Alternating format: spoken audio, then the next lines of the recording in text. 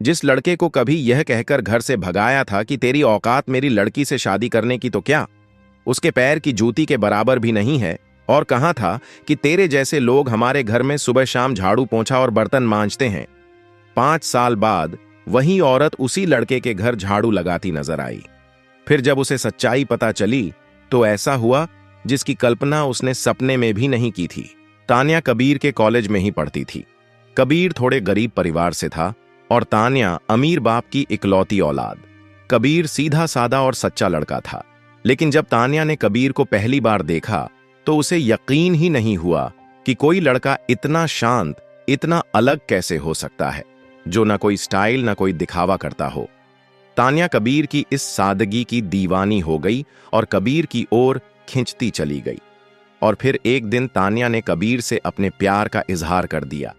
कबीर ने पहले तो बहुत सोचा समझा, लेकिन अंत में उसने तान्या के इस प्यार को स्वीकार कर लिया। लेकिन कबीर की आत्मा अंदर ही अंदर कुछ कह रही थी कि कबीर, कहीं ऐसा तो नहीं तू अपनी औकात भूल गया हो?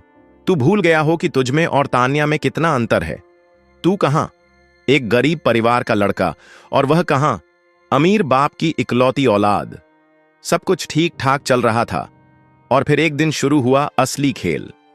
जब तान्या ने कबीर से कहा, मम्मी कुछ दिन से तुमसे मिलना चाह रही हैं, कह रही हैं कि मैं कबीर से एक बार मिलना चाह रही हूं, मैं भी तो देखूं मेरी बेटी कैसे लड़के से शादी करना चाहती है। कबीर थोड़ा डर गया था। बोला, तान्या, तुम्हारी मां बहुत अमीर हैं, मैं उन्हें क्या अच्छा लगूंगा? अगर तुम मुझसे शादी करना चाहते हो तो मम्मी से एक बार मिलना पड़ेगा, मैं चाहती हूं कि वो तुम्हें जान लें, तान्या ने समझाया। अगले ही दिन कबीर पहली बार तान्या के घर गया। दरवाजा खुला तो एक सफेद साड़ी में सजी, गहनों से लदी हुई महिला सामने खड़ी थी। यही थी रेखा मेहरा, तान्या की मां। चेहरे पर घमंड साफ था। तो तुम ही हो कबीर? उसने ऊंची आवाज में कहा। जी, कबीर ने सिर झुकाकर जवाब दिया। क्या करते हो?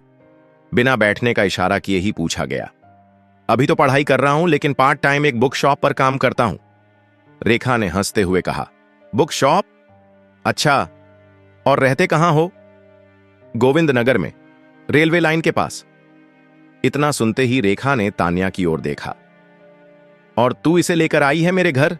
तेरी सोच इतनी नीचे गिर गई? तान्या कुछ बोलने ही वाली थी कि रेखा ने हाथ उठाकर उसे रोक दिया। तेरे पापा ने मेहनत करके यह बंगला खड़ा किया है और तू एक भिखारी के पीछे पड़ी है।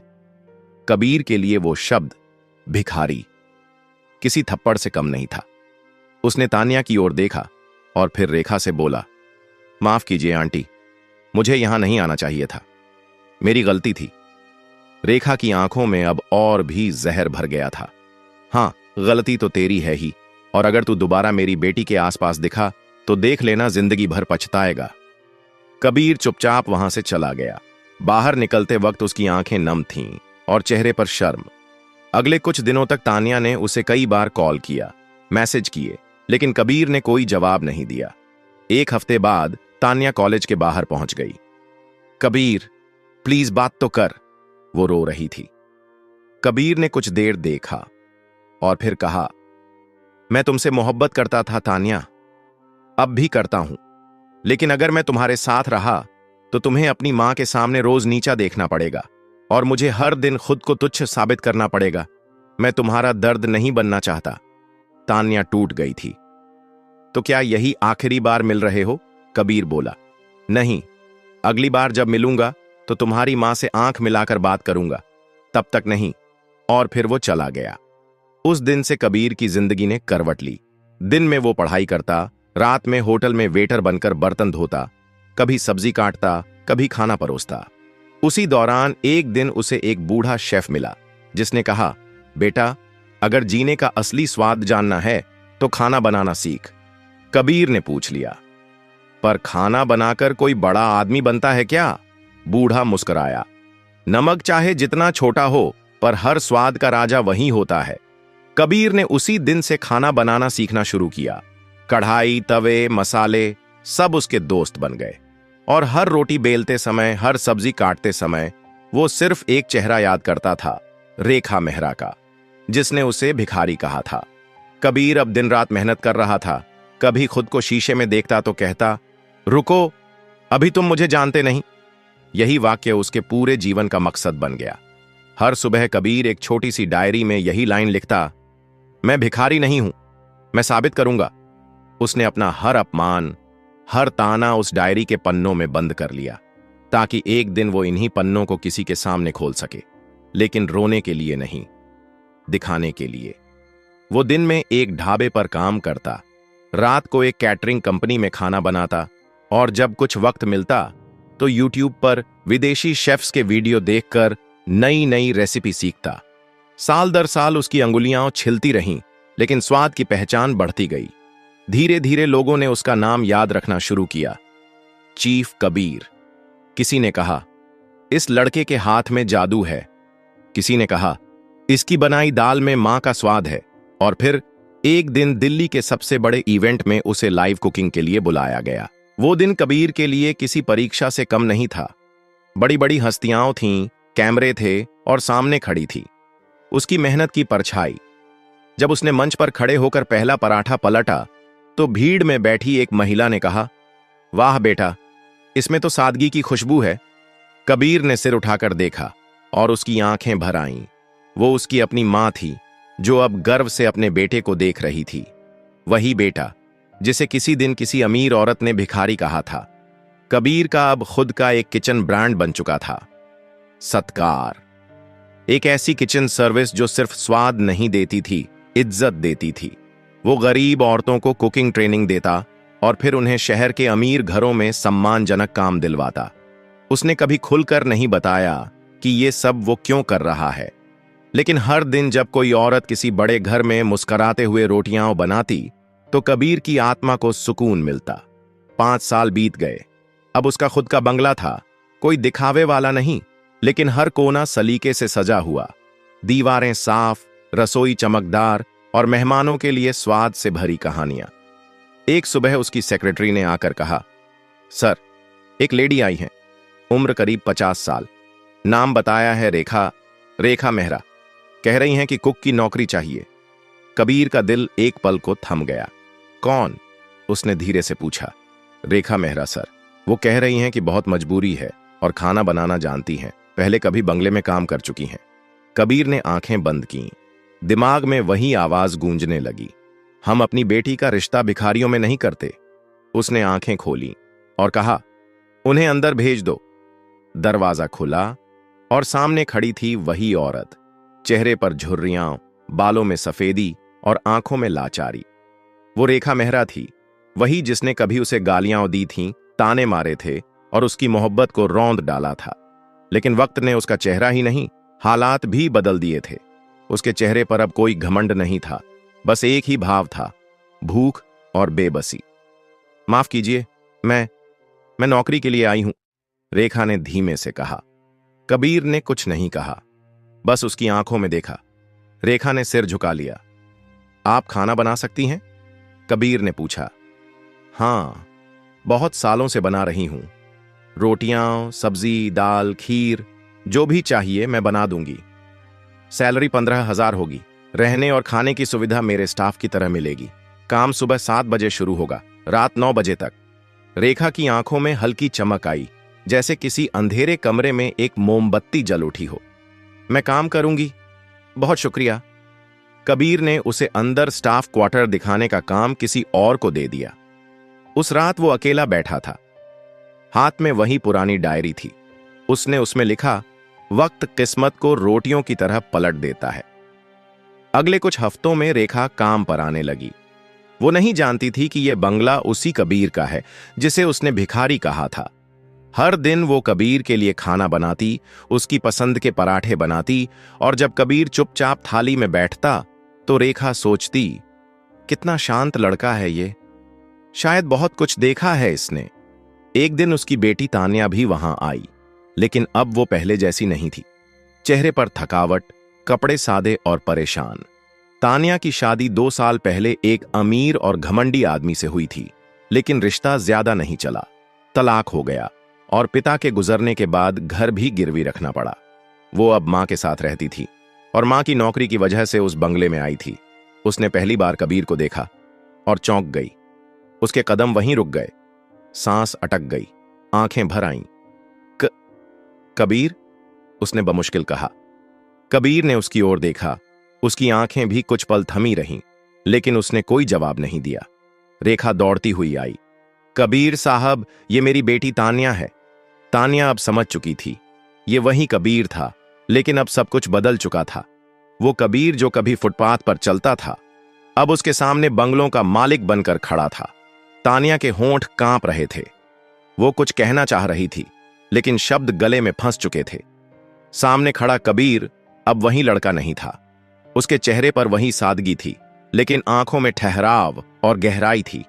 एक ऐसा आत्मविश्वास जो अपमान के अंगारों पर चलकर पला था। कबीर, तुम, ये घर, ये। तान्या के शब्द अधूरे रह गए। रेखा अभी तक कुछ समझ नहीं पाई थी। वो बस मुस्कुरा रही थी। साहब, लगता है मेरी बेटी तुम्हें जानती है।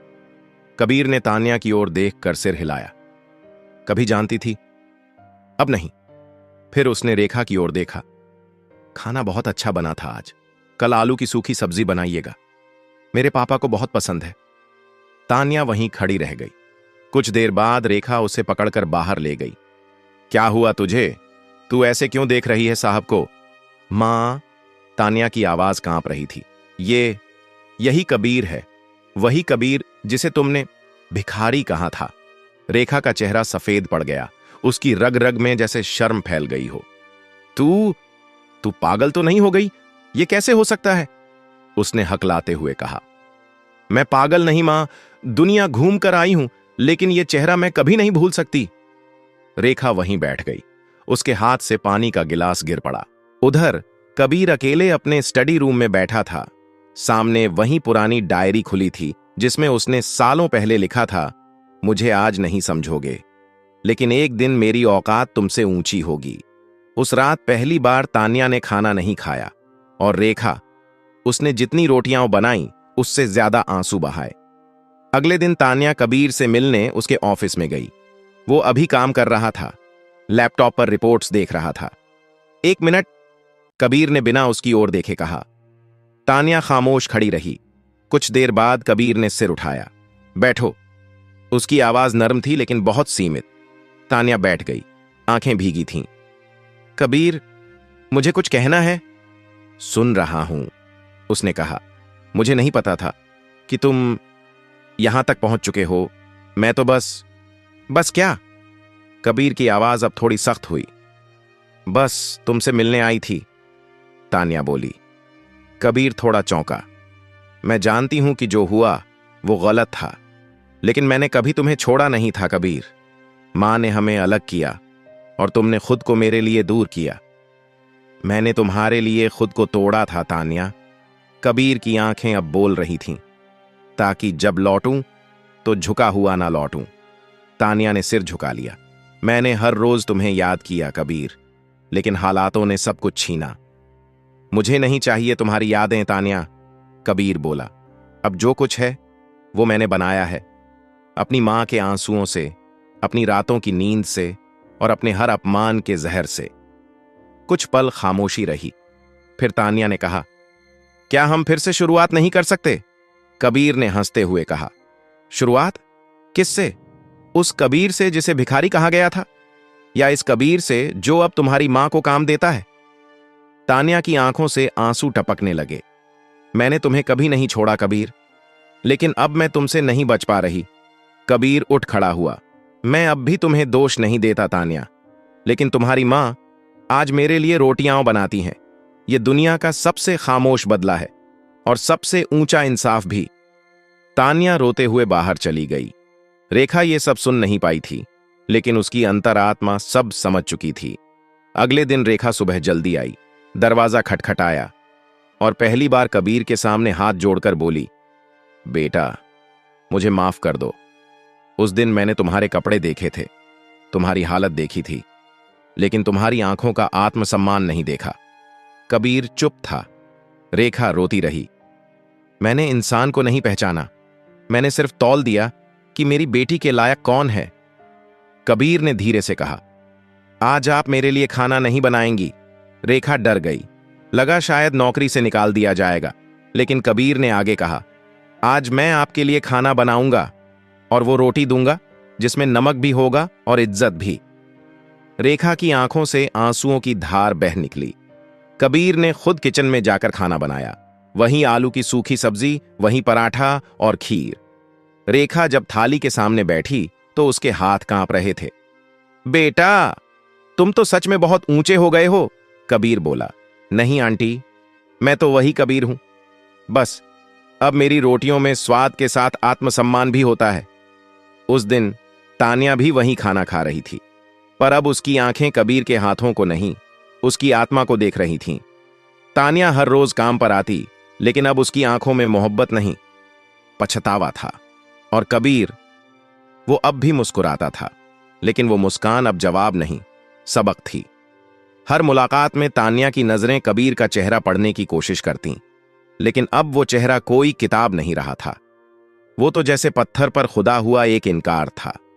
कबीर अब उससे ज्यादा बात नहीं करता था। काम की बातें करता, जरूरत की बातें करता, मगर दिल की नहीं।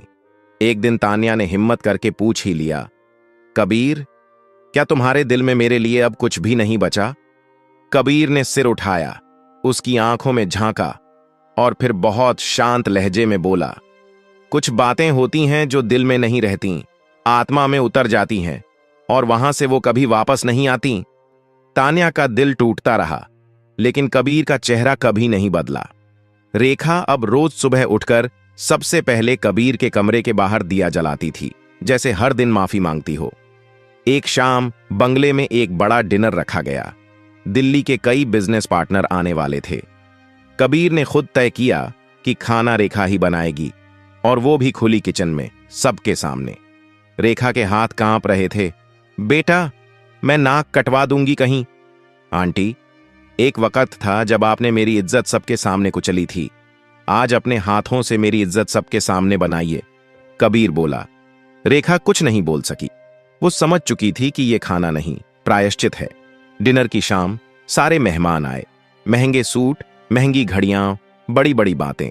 और वहां कोने में एक साधारण सी महिला खड़ी थी, सिर पर पल्लू डाले, आंचल से पसीना पोंछती, रेखा मेहरा।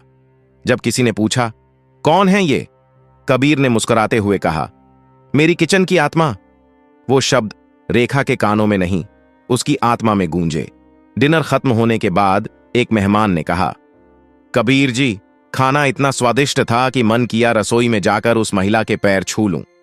कबीर बोला, जाइए, शायद यही इज्जत उन्हें सबसे ज्यादा चाहिए थी। वो मेहमान सच में गया, और पहली बार रेखा मेहरा को ऐसा सम्मान मिला जो उसके पूरे जीवन में शायद कभी नहीं मिला था। उस रात रेखा कबीर के पैरों में बैठकर रो पड़ी। बेटा, मैं तुम्हें क्या दूं? कबीर बोला, आप कुछ मत दीजिए, बस अब किसी गरीब को देखकर उसकी औकात मत नापिए। दूसरे दिन सुबह तान्या ने कबीर को छत पर अकेले खड़ा देखा। वो चाय पी रहा था और सामने सूरज उग रहा था। वो चुपचाप उसके पास आई और बोली, कभी कभी सोचती हूं, अगर उस दिन मां ने तुम्हें भिखारी न कहा होता तो क्या तुम आज ये सब होते? कबीर ने नजरें आसमान से हटाए बिना कहा, शायद नहीं। उस दिन उनकी उस बेइज्जती ने मुझे नीचा नहीं किया, उसने मुझे उड़ने की वजह दे दी। फिर उसने तान्या की ओर देखा, पर मैं उड़कर लौटूं और फिर से उसी जमीन पर गिरूं, ये मैं कभी नहीं चाहता। तान्या ने उसकी आंखों में देखा और धीरे से पूछा, तो अब हम क्या हैं? कबीर ने मुस्कुराकर जवाब दिया, अब हम वो हैं जो समय ने तय किया है। मैं तुम्हारा अतीत हूं तान्या, और तुम्हारा भविष्य अब तुम्हारी पसंद है। उस दिन के बाद तान्या रोज आती, रोज जाती, लेकिन अब हर बार उसकी आंखों में कुछ और डूबता जाता। कभी वो रेखा के हाथ से रोटी लेती और खुद से कहती, काश मां ने उस दिन तुमने मेरी मोहब्बत को पहचान लिया होता। लेकिन समय रुकता नहीं। कबीर का नाम अब अखबारों में छपने लगा था। शेफ कबीर एक ब्रांड बन चुका था। रेखा और तान्या दोनों के लिए यह गर्व का विषय था, लेकिन दर्द भी। फिर एक दिन एक बड़ा न्योता आया।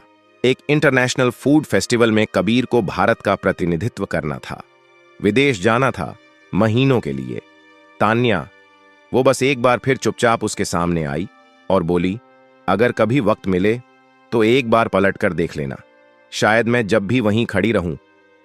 कबीर कुछ नहीं बोला, बस मुस्कुराया और अपने सूटकेस में वही डायरी रख ली जिसमें एक दिन लिखा था, रोटियां पलटती हैं और वक्त भी।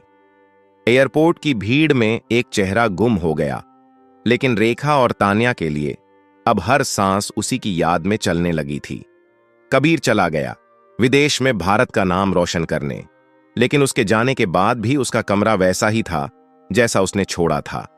टेबल पर रखी चाय की प्याली, खिड़की पर टंगी हल्की सी जाली और तकिए के नीचे वही डायरी, सब कुछ वैसा ही।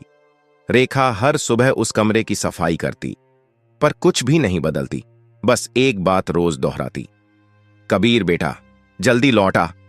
तान्या का हाल उससे भी बुरा था।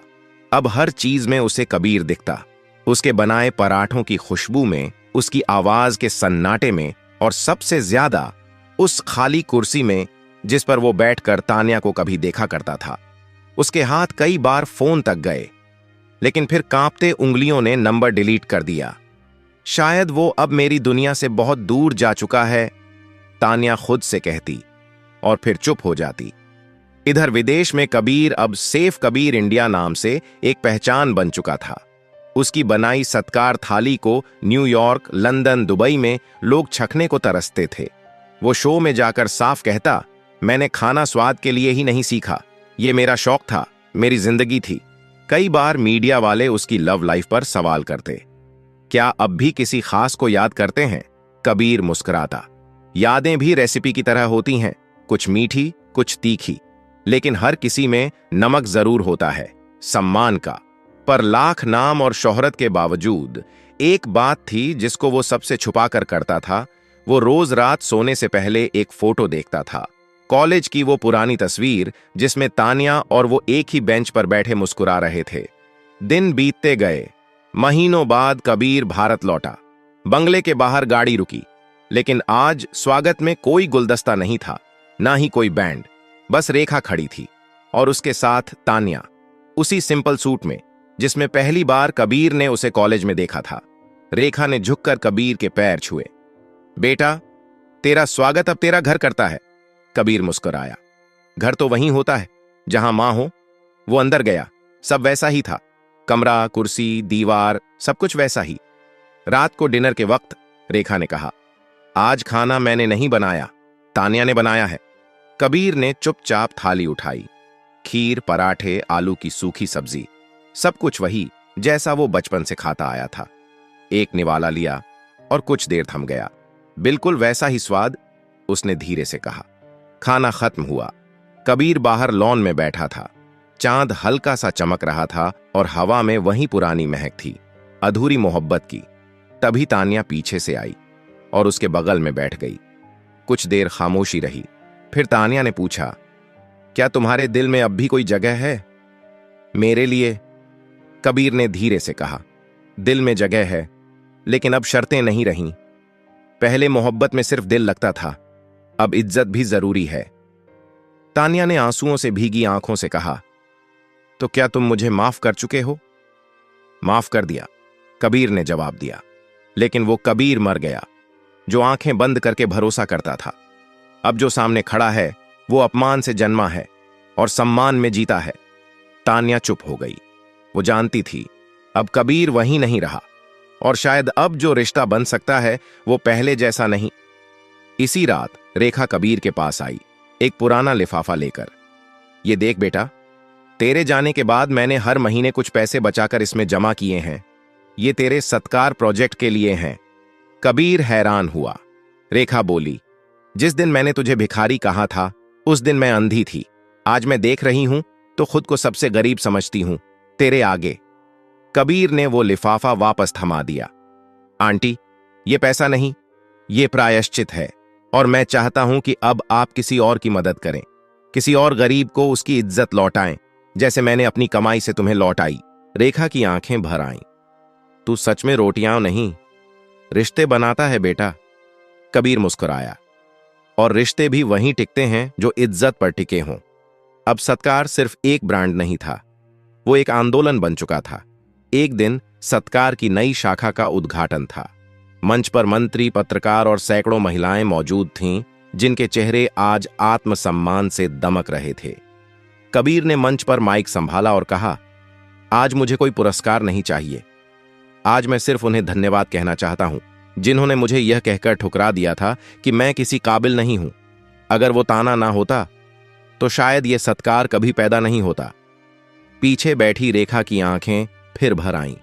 वो जानती थी यह भाषण लोगों के लिए प्रेरणा था, लेकिन उसके लिए पश्चाताप का आईना। रात को जब सारे मेहमान जा चुके थे, रेखा धीरे से कबीर के कमरे में आई। हाथ में थाली थी, 2 गरम रोटियां, गुड़ और 1 कटोरी खीर। कबीर ने हैरानी से पूछा, अरे अब खाना क्यों? रेखा ने थाली जमीन पर रख दी और बोली, बेटा, आज जो तुमने मंच पर कहा उसने मुझे फिर से तोड़ दिया। मैं नहीं चाहती कि मेरे किए गए जख्म तुझे बार बार याद करने पड़े। आज मैं तुझसे कुछ मांगने नहीं, कुछ लौटाने आई हूं। रेखा दोनों घुटनों पर बैठ गई। उसकी आंखों से लगातार आंसू बह रहे थे। बोली, मैं वही रेखा हूं जिसने तुझे भिखारी कहा था, लेकिन आज मैं तेरे सामने झोली फैलाकर कहती हूं, मुझे एक और मौका दे दे। कबीर कुछ पल देखता रहा, फिर बोला, मौका मांगने के लिए हाथ नहीं, नीयत चाहिए, और वो तुमने साबित कर दी है। रेखा फूट फूट कर रो पड़ी। अगर मेरी बेटी का जीवन किसी के साथ सुरक्षित हो सकता है तो वो सिर्फ तेरे साथ। कबीर ने थाली की ओर देखा। वही रोटी, वही खीर, वही गुड़। उसने एक निवाला खाया और उसकी आंखें भीग गईं। बोला, ये खाना नहीं, माफी है। अगले दिन तान्या सुबह सुबह आई। कबीर लॉन में बैठा था, डायरी पढ़ रहा था। तान्या धीरे से आई और सामने बैठ गई। बोली, आज मां बहुत रो रही थी। बोली, मैंने कभी इंसान को नहीं पहचाना, सिर्फ उसकी जेबें देखी। कबीर मुस्कुराया। कभी कभी वक्त हमें आईना दिखाने नहीं, खुद आईना बनने भेजता है। तान्या ने भर आई आंखों से कहा, और तुम वो आईना बन चुके हो जिसमें मैं हर दिन खुद को देखने से डरती हूं। कबीर ने डायरी बंद कर दी। डर अच्छा होता है तान्या, अगर उससे इंसान बनने की शुरुआत हो। फिर तान्या बोली, मुझे तुमसे अब भी मोहब्बत है कबीर, लेकिन इस बार मैं उसे जुबान से नहीं, सम्मान से निभाना चाहती हूं। कुछ हफ्तों बाद सत्कार ने अपने 5 साल पूरे किए। एक बड़ा इवेंट रखा गया। कई नामी चेहरे आमंत्रित थे, लेकिन सबसे खास था कबीर और तान्या की सगाई का ऐलान। स्टेज पर खड़े होकर कबीर ने कहा, जिसने कभी मेरा हाथ ठुकराया, आज उसने दोबारा वही हाथ थाम लिया है। लेकिन फर्क यह है कि इस बार मेरी आत्मा को पहले स्वीकार किया गया है। तालियों की गूंज में तान्या की आंखें भीगी थीं, लेकिन अब वो आंसू शर्म के नहीं, गर्व के थे। रेखा सामने बैठी थी, हर पल खुद से कहती, काश मैंने उस दिन उसकी आंखें पढ़ ली होती तो शायद मेरी बेटी की जिंदगी इतनी देर से नहीं संवरती। वक्त ने सब कुछ बदल दिया था, लेकिन सबसे खूबसूरत बदलाव था एक मां का हृदय परिवर्तन। रेखा अब वो औरत नहीं रही थी जो औकात कपड़ों से तौलती थी। अब वो सत्कार की सबसे सीनियर ट्रेनर बन चुकी थी और हर लड़की से एक ही बात कहती, अगर कोई लड़का प्यार करे तो उसकी जेब नहीं, उसकी नजरें देखो, वहां झूठ नहीं होता। कबीर और तान्या की सगाई को 1 साल बीत चुका था। अब वो शादी की तैयारियों में लगे थे, लेकिन यह शादी किसी फिल्मी कहानी जैसी नहीं थी। यह शादी थी सम्मान, पुनर्मूल्यांकन और आत्मस्वीकृति की। कबीर ने शादी का कार्ड खुद अपने हाथ से लिखा। वो रिश्ता जो समाज ने तोड़ दिया था, आज समाज के सामने जुड़ रहा है। आप सभी आमंत्रित हैं कबीर और तान्या के पुनर्मिलन के साक्षी बनने। शादी से 1 रात पहले कबीर अपनी मां की तस्वीर के पास गया। वहां उसने मोमबत्ती जलाई और कहा, मां, आज वो औरत जिसने तुम्हें नौकरानी की मां कहा था, अब मेरी रसोई में चूल्हा जलाती है, और उसकी बेटी अब मेरी जिम्मेदारी बनने जा रही है। मैंने बदला नहीं लिया मां, मैंने खुद को साबित किया है। उस रात उसकी आंखों से कोई आंसू नहीं गिरा, क्योंकि अब उसमें दर्द नहीं था, सिर्फ संतोष था। अगले दिन शादी उसी बंगले में हुई जहां कभी कबीर को भिखारी कहकर अपमानित किया गया था, लेकिन आज वही बंगला फूलों से सजा था और बाहर बोर्ड पर लिखा था, आपका स्वागत है श्रीमान कबीर और श्रीमती तान्या के घर में। रेखा ने तान्या को मंडप में ले जाते समय धीरे से कहा, बेटी, आज जो सिंदूर तेरे माथे पर चढ़ेगा वो सिर्फ एक पति का नहीं, एक इंसान के सम्मान का प्रतीक होगा। उसे कभी खो मत देना। तान्या ने सिर झुका दिया।